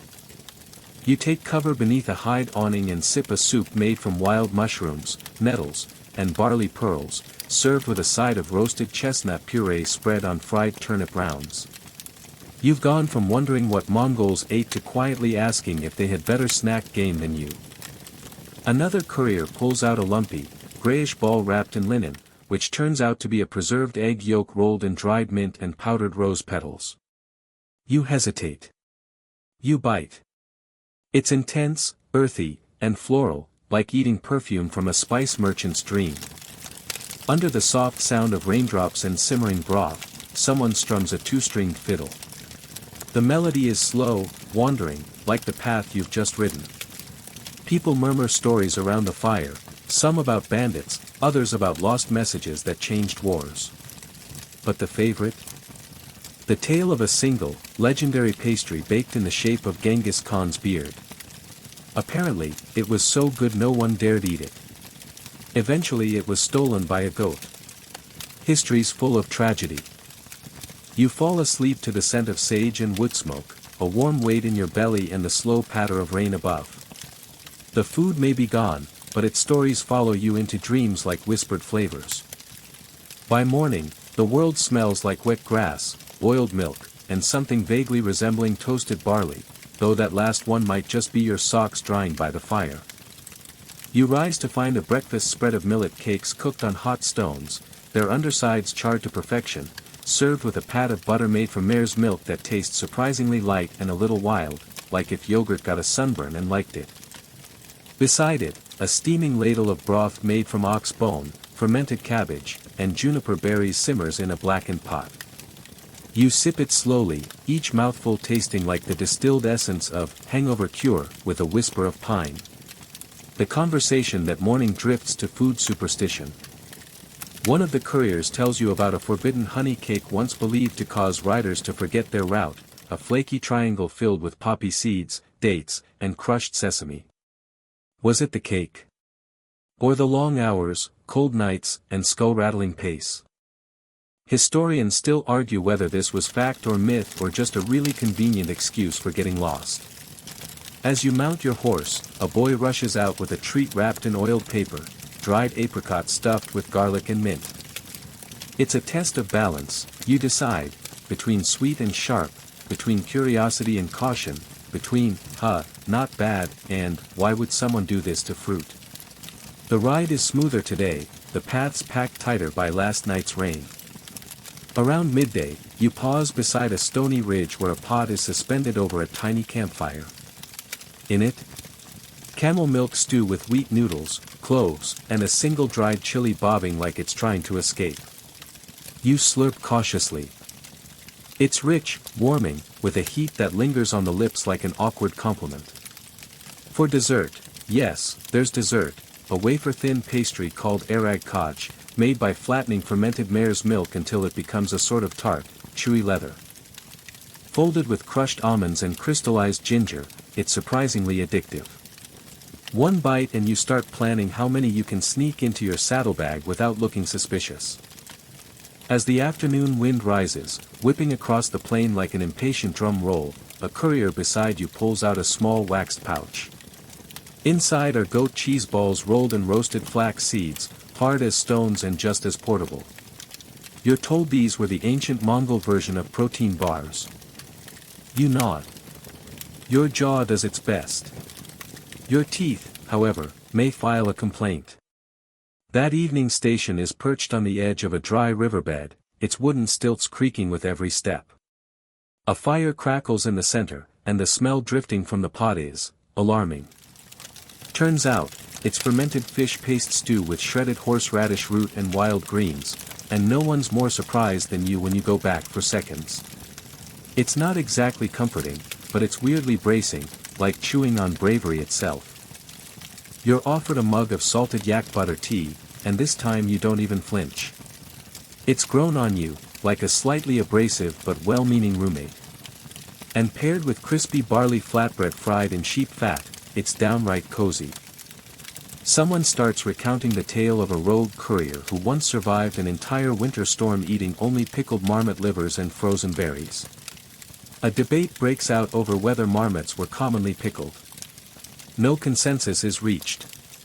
The marmot, you suspect, would prefer it that way. As the wind howls and stars begin to crowd the sky, you chew thoughtfully on a cluster of wild honey toffee speckled with dried rose hips and sesame. It sticks to your teeth, your fingers, and somewhere deep in your soul. The toffee is handed around like treasure, one of those simple things that turns a freezing night into something kind of magical. With the fire fading and the distant yip of wolves echoing through the hills, you wrap yourself in wool and lean against your saddle. Your dreams that night are scattered with flavors, spiced smoke, sour cherries, buttery millet, and the crunch of snow under hooves. You wake before dawn to the creak of saddles and the rhythmic brushing of hooves on frozen soil. The stars are still stubbornly out, reluctant to hand the sky over to the sun. You grope around for your boots and get handed a steaming clay bowl, porridge made from cracked buckwheat, goat's milk, and salted plum rind. It's weird, warming, and somehow both nourishing and confusing to your taste buds. You're starting to understand Mongol Postal cuisine. It's not about cravings, it's about momentum. Today's journey cuts across wind-scraped valleys with rocky ridges that look like the ribs of the earth. The horses move with grim determination, ears back against the chill. A courier offers you a bite of dried turnip slices soaked in vinegar and pine resin, and you accept without asking why.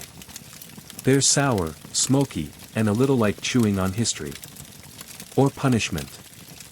Historians still argue whether this was survival food or a delicacy for those who'd completely lost their taste for comfort.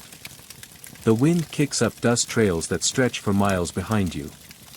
By midday, you arrive at a relay station built partially into a cave. You're ushered in like family and offered a broth of chickpeas, yak tendon, and black garlic. It smells like medicinal soup and tastes like something an alchemist might concoct to make you stronger, if slightly bewildered.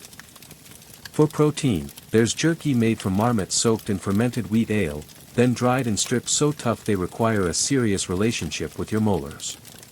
You chew, and consider the possibility that the Mongols had jaws made of pure vengeance. One courier gnaws at his with the intensity of a monk solving a riddle. The quirky treat of the day. Frozen goat milk snowballs, compact orbs of curdled milk rolled in crushed rose petals and rock salt, then frozen solid and stored like treasure. They're ice-cold, sharp, and oddly refreshing, like nature's sour candy. You suck on one as you ride, the cold turning your lips blue and your spirit strangely bright. An elder courier begins sharing a legendary tale of Chagatai Khan's favorite snack, roasted silkworms glazed in honey and sprinkled with coriander.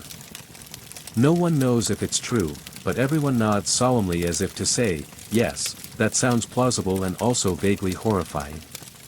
Your horse trudges through an area dotted with shriveled brush and wind-worn stone markers. Here, you pause to eat something the couriers call trail crumble, a mix of crushed millet cakes, aged cheese powder, roasted nuts, and dried apricot bits. You shake it into your mouth from a pouch and try not to inhale the powder. It tastes like someone ran trail mix through a wood chipper, but you can't stop eating it. The path narrows into a stretch lined with stunted trees that look perpetually startled. Under one, the riders stop to rest and brew a warm drink made from fermented rhubarb root and beet syrup. It smells aggressively earthy and tastes like spiced garden mulch. Yet somehow, after the second sip, it becomes comforting, like a hug from a rugged tree. That evening, the station is no more than a sunken hut in a hollow, with smoke puffing from a bent chimney like it's trying to sneak away. Inside, there's a spread of crushed lentil stew laced with sheep marrow, bay leaves, and dried citrus rind. It's savory, a little bitter, and oddly floral. Next to it, a crusty barley loaf stuffed with pickled ramp and fennel seed is handed around. You bite in and are immediately unsure whether it's bread or punishment disguised as nutrition. Then you bite again, and it kind of grows on you, like a flavor dare you're determined to win. For dessert, because yes, again, there's dessert, sticky puffs made from camel butter, pine sap, and millet flour, rolled in ash sugar. You don't even ask what ash sugar is. You just accept it, the way you've come to accept that food on the Mongol Postal Trail walks a fine line between brilliance and bravery. That night, as a pot of bone marrow tea simmers over a low flame and riders hum a tuneless song, you nibble on a flat biscuit baked with dried cherry pits and sprigs of juniper. It crunches like gravel and tastes like a memory of pie. Maybe. You can't be sure anymore. Your tongue now speaks fluent, improvised cuisine. As sleep creeps in and the horses quiet outside, your belly feels weirdly full, like you've eaten adventure itself. In chunks. With questionable sauces. You wake to the smell of smoke and an odd sweetness. Somebody's cooking fermented apple slices over a dry dung fire, which shouldn't smell good, but somehow does. Mongol mornings are strange like that, a disorienting blend of rough textures and tender warmth. You stretch, joints creaking, and sip from a bowl of goat milk tea spiked with crushed clove and a slick of rendered lamb fat. It coats your mouth like candle wax, but the warmth spreads to your bones, and you forgive it for everything. You saddle up with the rest of the riders, moving steadily through plains that shimmer with mirage heat. One courier tosses you a strip of sun-dried catfish, impossibly salty and weirdly lemony from its marinade in sumac and vinegar. You chew as you ride, wondering aloud if it's supposed to taste like a dried battery. The courier laughs. Apparently, that means it's working. A stop at midday brings a dish that pushes your limits, scrambled duck eggs with fermented onion jam and crushed acorns. It's gritty and funky, and your stomach raises mild objections, but it's not about luxury, it's about sustaining the fire inside you. Historians still argue whether these flavor combinations were chosen for nutrition, preservation, or just because every other food had already been tried. As the sun hits its peak, you pass a wide river and rest in its cool shade.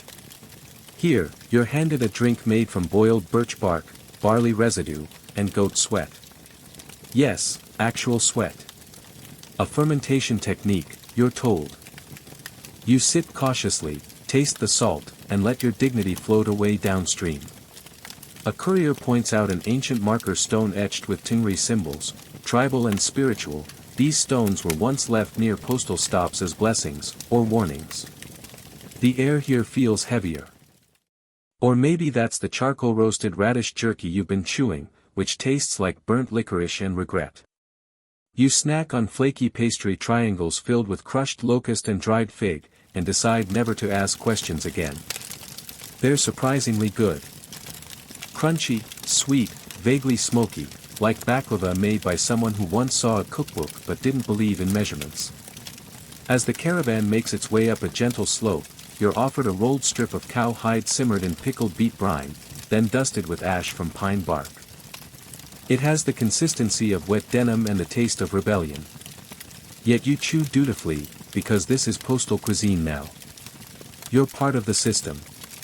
Evening falls with a breeze that smells of wild herbs and tired horses. The station tonight is a wooden yurt with patched hides and bowls already set out. The highlight of the spread is a thick stew of ground chestnuts, mushroom paste, and roasted goat tongue. The taste is earthy, musky, and rich, like eating history while wrapped in a damp blanket. And honestly, you're into it. A courier offers you crispy root chips dusted with fermented plum powder, and you smile. These you've come to like. They're tangy, tart, and give your mouth something to do while your mind floats along the fading horizon. Conversation tonight revolves around a rumored imperial dish once served at Kublai Khan's wedding, a pudding made from fish marrow, crushed pearls, and fermented snow. It's probably a myth, but you pretend to believe it. That's the kind of night this is, half real, half dream, entirely soaked in yak broth. Someone passes around a cloth bundle containing honey-glazed rice puffs mixed with roasted grasshoppers. You munch, crunch, and realize your sense of normal has been completely obliterated. You kind of like this new world. Before bed, you try one last thing, a slice of dense wheat cake layered with fermented gooseberry paste and sugared mint. It's chewy, sweet, and finally, undeniably pleasant. You smile, lean back, and stare up through the smoke hole at the stars. The night quiets down. You're wrapped in a woolen cloak that smells faintly of every dish you've tried, every hoofbeat you've followed, every strange snack you've dared to chew. The horses settle. A wolf howls far off.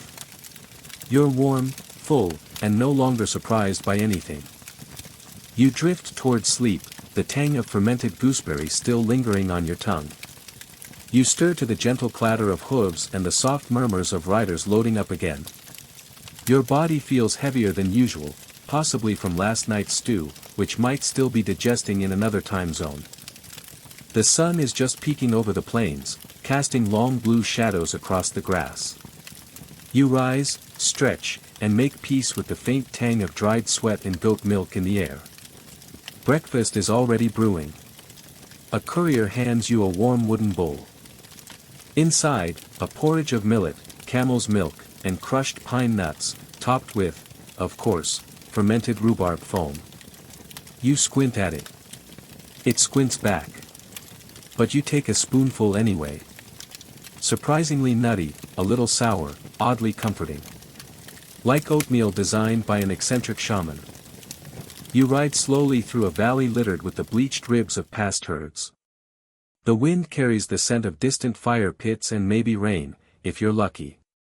As the road curves, you're past a small pouch of herb-cured mare's meat wrapped in dried lotus leaf. It's intensely aromatic, almost floral, with a finish like smoked leather and chamomile tea. Historians still argue whether these flavors were intended for preservation, ceremony, or just straight-up flexing.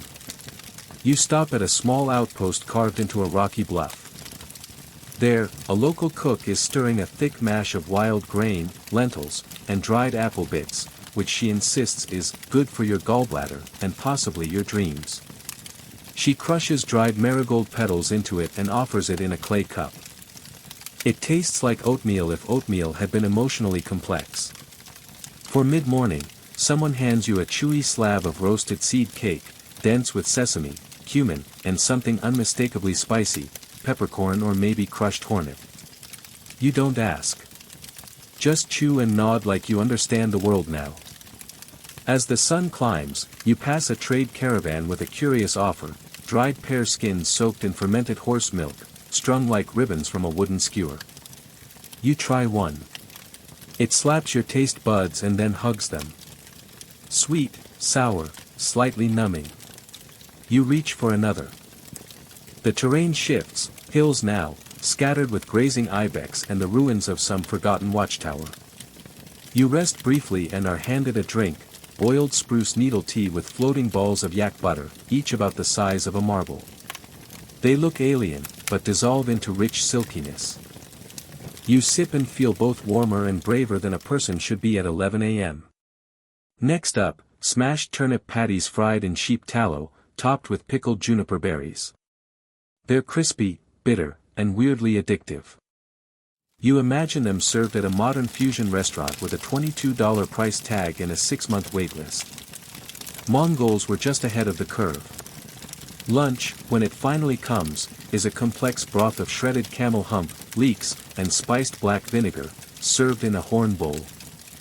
It smells like something sacred and tastes like something stolen from a dragon's pantry. You drink deeply, and maybe too quickly. The afternoon gets hotter. You ride with your tunic loosened and a wedge of frozen apricot paste between your teeth. It melts slowly, like hard candy with trust issues. You try not to look smug as the others eye your snack.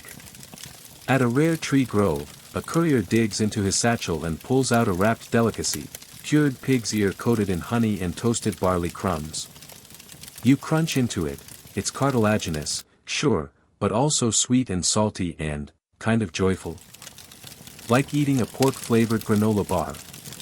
You doze briefly in the saddle, rocked by the rhythm of the horse and soothed by a song someone is humming.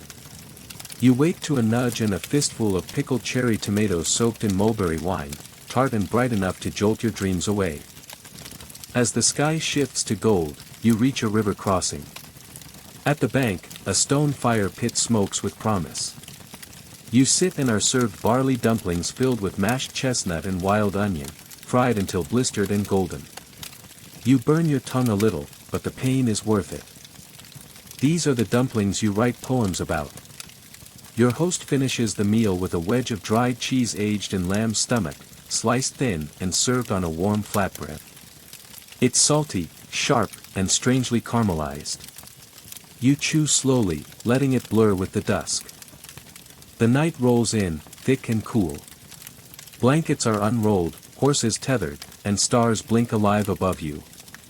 You curl up with a soft wool wrap and a half-eaten sweet made of dried gooseberry jam rolled in ground pine nuts. It's tart, nutty, and sweet in all the right places, a fitting final note.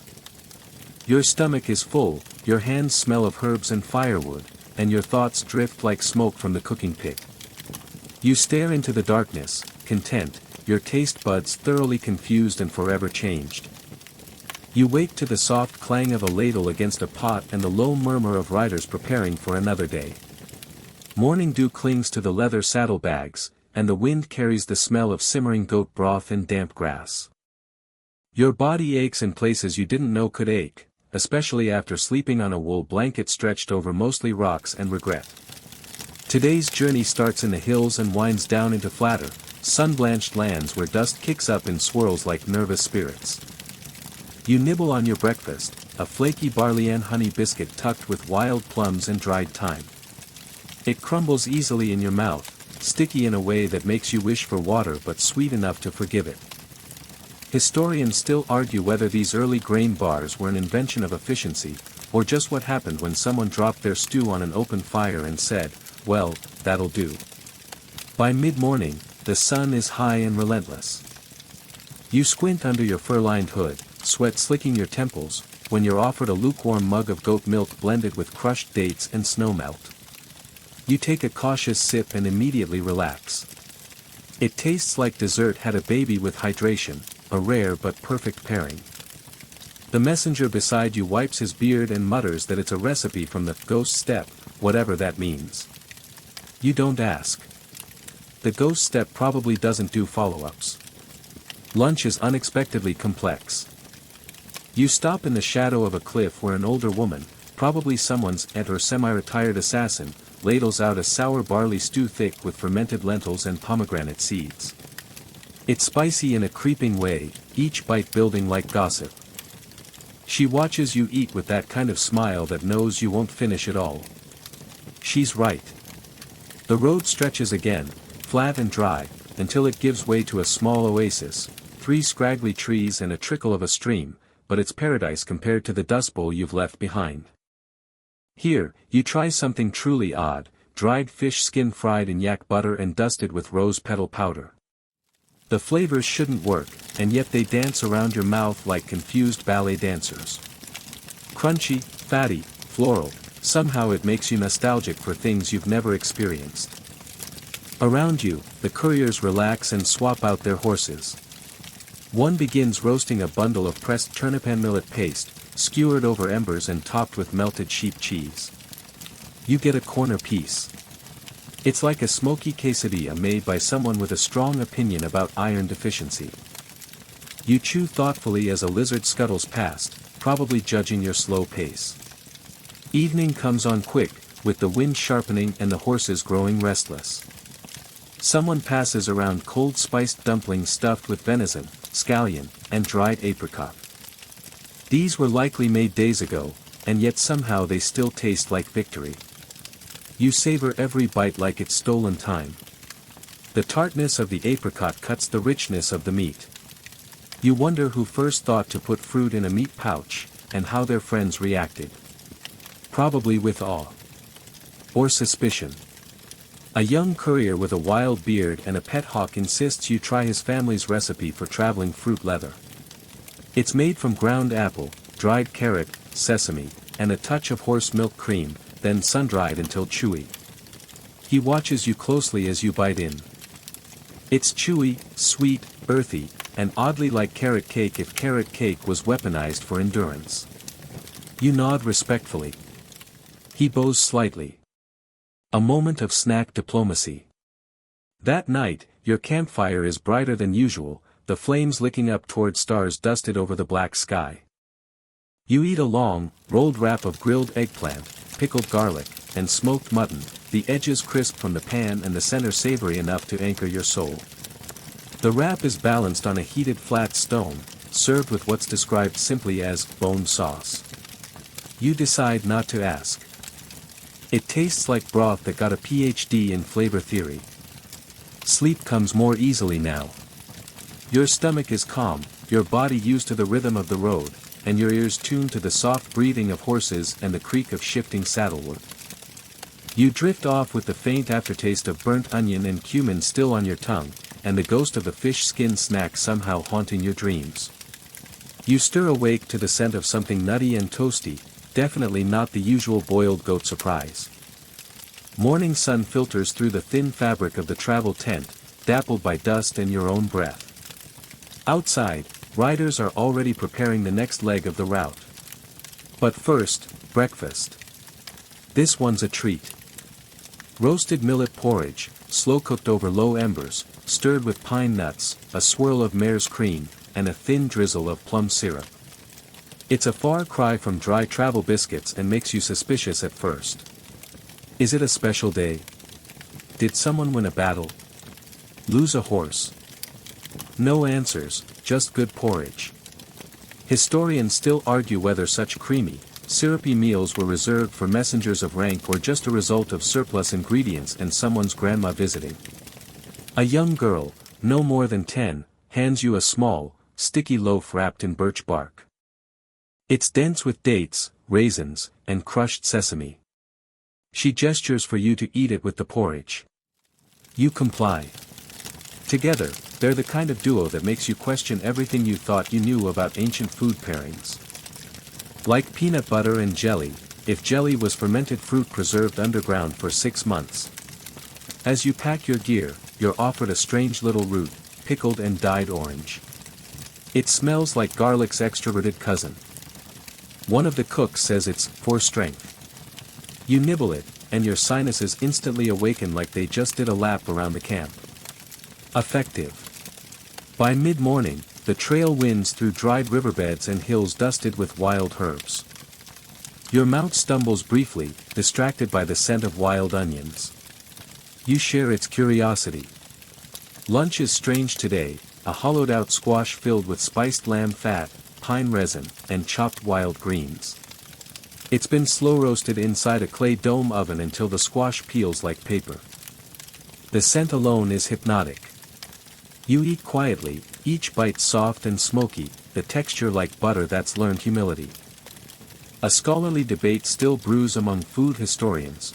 Were such elaborate hot meals common for elite couriers, or were they rare indulgences dependent on the local cooking talent at each station? Either way, you're not complaining. One of the older riders sighs that this was Genghis's favorite, or his horse's, no one knows anymore. You laugh politely, and chew another forkful of mystery. By now, your palate has become adventurous. So when someone unwraps a waxy cloth packet filled with fermented eggplant mousse and crushed pickled fig, you nod and reach for it like a local. It's tart, slick, oddly creamy. A little bit like what you imagine a spicy jam might taste like if it had ambition and trust issues. During a quick break, a messenger with tattooed knuckles offers you a curious, chewy puck of dried curds and cranberry paste.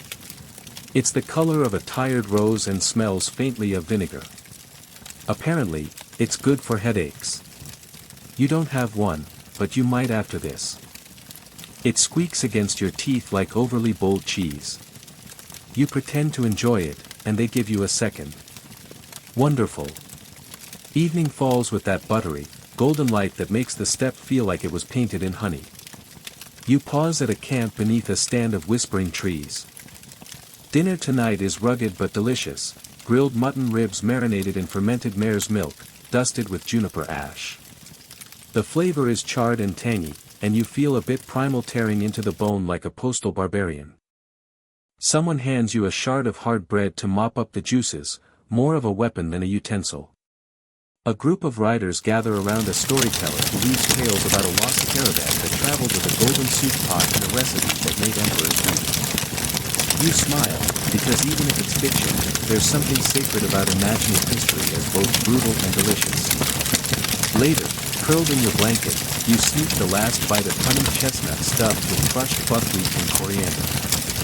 They were a parting gift from a cook with bright eyes and missing teeth. They crumble softly, buttery and nutty, the coriander leaving a ghost of citrus at the back of your tongue.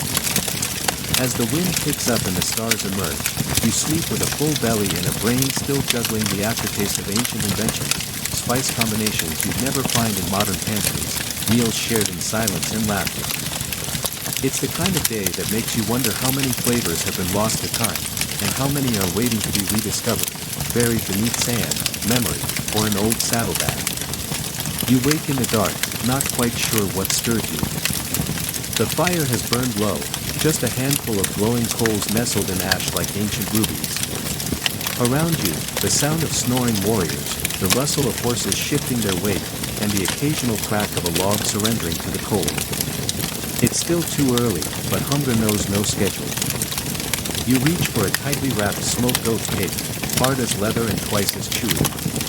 It's filled with shredded candied beet and salted apple skin, odd, yet oddly satisfying. A little sour, a little sweet, a lot of jaw work. The kind of snack that says, good luck trying to fall back asleep now.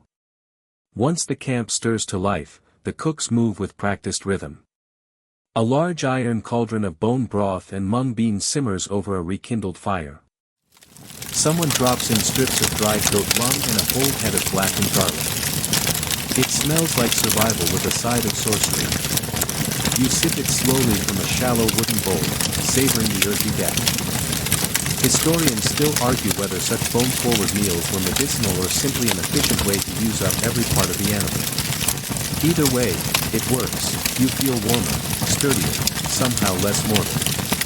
You ride through a narrow gorge as the sun rises. Above, eagles circle lazily.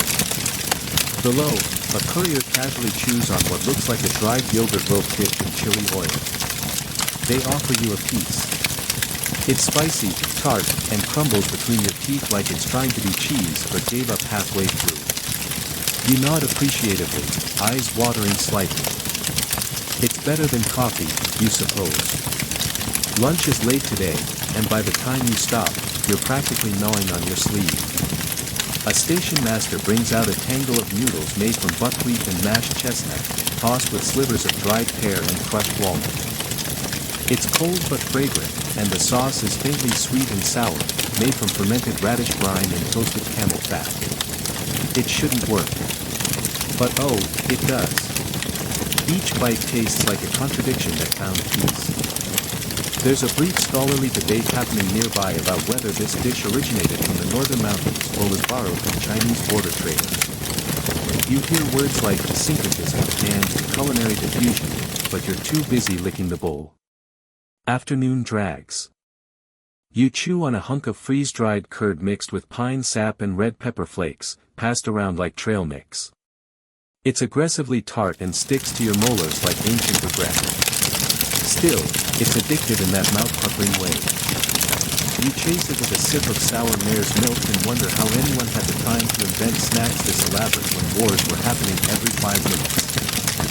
For dinner, it's another group meal, rolled flatbread stuffed with spiced camel sausage and bitter greens, grilled until the edges char and the inside bursts with meaty umami. One of the cooks drops a dollop of fig and vinegar chutney on top and tells you it's a peace offering. You don't ask what it's meant to forgive, but you accept. The chutney bites back, sharp and sweet. That night, you're gifted a ball of fermented rice, pomegranate, and lichen, wrapped in a lotus leaf and lightly steamed. You open it like a present. The smell is funky but inviting, like blue cheese at a garden party. It tastes, well, complex. A little sour, a little mineral, a lot like someone very old and very wise made it on a dare. You sit back by the fire and reflect. The Mongol postal system isn't just a marvel of logistics and speed, it's a culinary gauntlet. No two meals are the same. No two stops repeat. The stations are stocked by whatever the local environment and its culinary imagination can provide. One day it's yak jerky rubbed with juniper ash, the next it's goat cheese rolled in ash and dipped in honey wine. Someone passes around a tiny bowl of fermented berry syrup and pickled roses, and you dip your fingers in it like a ritual. It's tangy, floral, and leaves your fingertips stained a deep crimson. You watch the flames dance. You feel both exhausted and quietly exhilarated, like you've eaten your way through the spine of an empire, and it's only getting stranger. As you lay down, one last bite finds its way into your hand, a candied rhubarb spear dipped in yak butter and sesame salt. It's weird. It's delicious. It's the perfect note to end the day on. Morning again, and your stomach does the wake-up call before the sun. You reach into your satchel and pull out what's best described as an ancient energy bar, compressed millet, dried plums, sunflower seeds, and a mysterious purple powder that could be beetroot or the tears of a very tired cook. Either way, it crumbles in your hand, sticks to your gums, and tastes like tenacity. The road is long and quiet this morning. Your horse plods along with the resigned determination of one who's seen too many noodle carts to care. The landscape unfurls around you, windswept plains dotted with wild herbs and ghost stories. A distant caravan lumbers past, leaving behind a waft of cinnamon-dusted goat jerky and the sound of someone humming a folk song off-key. At the next station, a weary-looking courier offers you a mug of something warm and translucent. You brace yourself. It turns out to be onion broth steeped with fermented garlic, barley husks, and mint stalks, a combination that shouldn't work, yet somehow tastes like a cozy argument. The flavor wraps around your ribs like an old wool blanket. Historians still argue whether this sort of thing was a practical remedy or simply the result of throwing everything into a pot until something didn't taste awful. You slurp every drop. Mid-morning brings a quick break and another handful of peppered fig discs, sun-dried and flattened into the size of coins. They're chewy, spicy, sweet, and absurdly addictive. You could totally see these being sold in a hipster grocery store with minimalist packaging and a punny name like Ride and Dine. As you ride, the terrain begins to change. Trees thin out, the air grows crisper, and the scent of pine gives way to something meatier, literally. You stop for lunch at a station known for its braised squirrel stew with root vegetables and sour plum reduction. You hesitate. Then curiosity wins. And it's surprisingly elegant. The meat is gamey but tender, the broth tart and spiced, and the dish is topped with crushed pine nuts for crunch. You mop the bowl clean with barley flatbread. No regrets. Except maybe not asking what kind of squirrel. After lunch, the ride is uneventful, and your stomach thanks you by digesting without complaining. You pass a shepherd boy nibbling on a smoked cheese spear rolled in toasted millet, and he offers you a taste with a grin. It's salty, smoky, with just enough tang to keep you awake. You trade him a strip of mango leather from your pouch, an oddity picked up 3 stations back that still tastes like summer on vacation. Later, you're handed a traveler's comb made of dried cabbage leaf, stuffed with pickled radish, candied lemon peel, and fermented goat cream. The textures clash like rival clans, but the flavors throw an unexpected truce in your mouth. You start to realize the Mongols didn't just eat to survive, they ate like people constantly in motion but unwilling to surrender flavor to convenience. Dinner finds you circling a cook fire where horse meat dumplings filled with leeks and fenugreek paste are being handed out on flat stones. The dough is thin, pan-seared until crispy on the edges and soft in the middle. Dipped in a sauce made from vinegar, garlic, and crushed fermented berries, it's the kind of meal that makes you want to write poetry. Or, at least, hum contentedly with your mouth full. As dusk rolls in, you sample a local delicacy wrapped in paper-thin bark, honeyed grasshoppers with dried plum skin and caraway seeds. Crunchy, tangy, disturbingly Moorish. The firelight flickers over your fingers as you pluck each one like candy from a box. Someone nearby swears they saw a traveling poet eat these and write a haiku about them. You believe it. By nightfall, your belly is full and your brain is foggy in the best way. You sip a hot concoction brewed from milk, toasted rice, salt, and crushed lavender pods. It's calming, slightly gritty, and tastes like what you imagine a lullaby would, if lullabies were drinkable. You close your eyes for a moment and let the warmth of it spread from your mouth to your toes. And just when you think you've tasted it all, someone sneaks you a final treat, a chewy ball of fig paste and sesame, laced with powdered ginger and held together with mare's cream. It's soft, spicy, decadent, definitely a nightcap masquerading as a snack.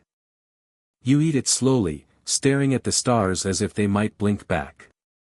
So here you are again, lying on your bedroll under a sky so wide it humbles even your dreams. You're full in the best way, not just in your stomach, but in your soul. From fermented garlic to candied rhubarb, the Mongol world fed more than just hunger.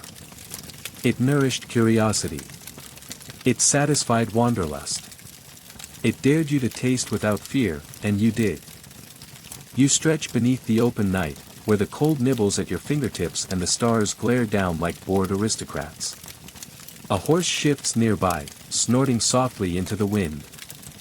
Somewhere, someone sings a lullaby in a language you don't know, and your belly is full of stew, dumplings, and weirdly compelling insect snacks. But before you drift off, there's one last story still simmering on the fire, the legend of the final courier meal, the feast that marked the end of a journey and the return to home, however temporary. Not every rider made it back, but for those who did, the arrival was always met with food as a welcome home ritual. Sometimes, that meant steamed buns stuffed with fermented cabbage and aged yak butter. Sometimes it meant thick barley soup swirled with sour cream and wild garlic shoots. Sometimes it was just a hug and a hot rock to sleep next to. Tonight, at this last station, they offer you the best they've got. A steaming plate of spiced millet with roasted duck slivers and candied yam chunks, topped with a drizzle of pine honey and fresh goat cheese. You can't believe this counts as postal food, but apparently, Mongol hospitality wasn't reserved for royalty. If you rode fast enough, long enough, you earned the feast. And you rode.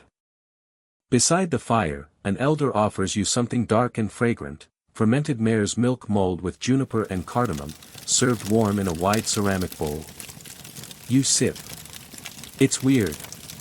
Like tangy, peppery yogurt with delusions of wine. It burns just slightly as it goes down, and the elder laughs at your grimace. Good for dreams, she says. You nod, eyes watering. Dreams and digestive confusion. You lie back against your pack, cradling the warmth in your belly and bones. Around you, the station quiets. The last coals of the fire whisper as they dim. A courier slouches down beside his gear, chewing thoughtfully on what looks like a twist of dried persimmon laced with black sesame and crushed mint. Even his tired chewing feels historic. In the distance, you hear someone tapping a rhythm on a kettle. A quiet game of bone dice begins, and someone mutters an epic poem between yawns. The air smells like singed wood, stale tea, and boiled chestnuts. Honestly, it's perfect. And in this still moment, you remember something odd. Historians still argue whether these snacks were purely practical or whether the Mongol Postal route accidentally became one of the world's first examples of culinary fusion tourism.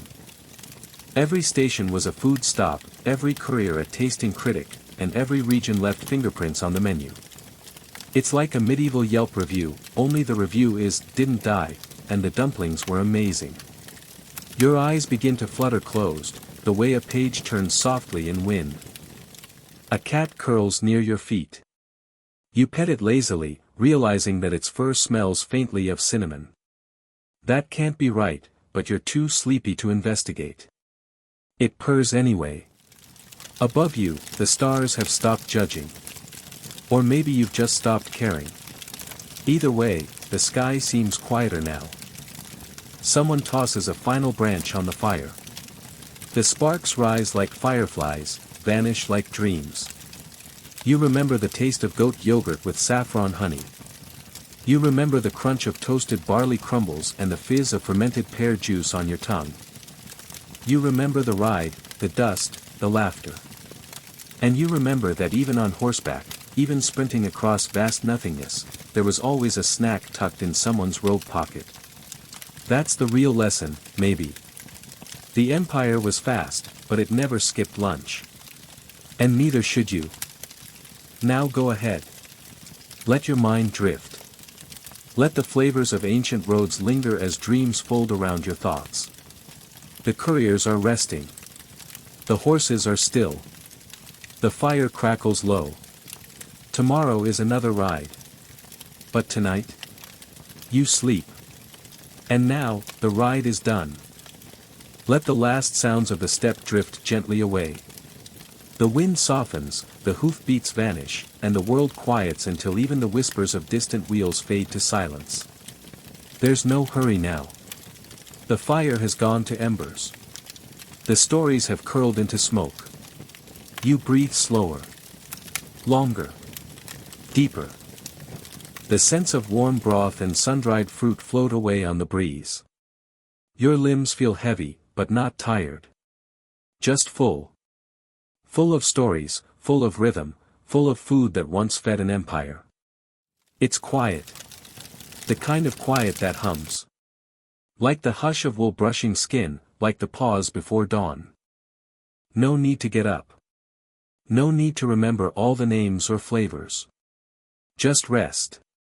Let your thoughts soften like dumplings in broth. Let your breath settle like dust after a ride. Let your mind turn over like a warm stone and stay there. Because here, in this small moment, the world asks nothing more of you. Sleep comes easy. Sleep comes kind. Sleep comes now.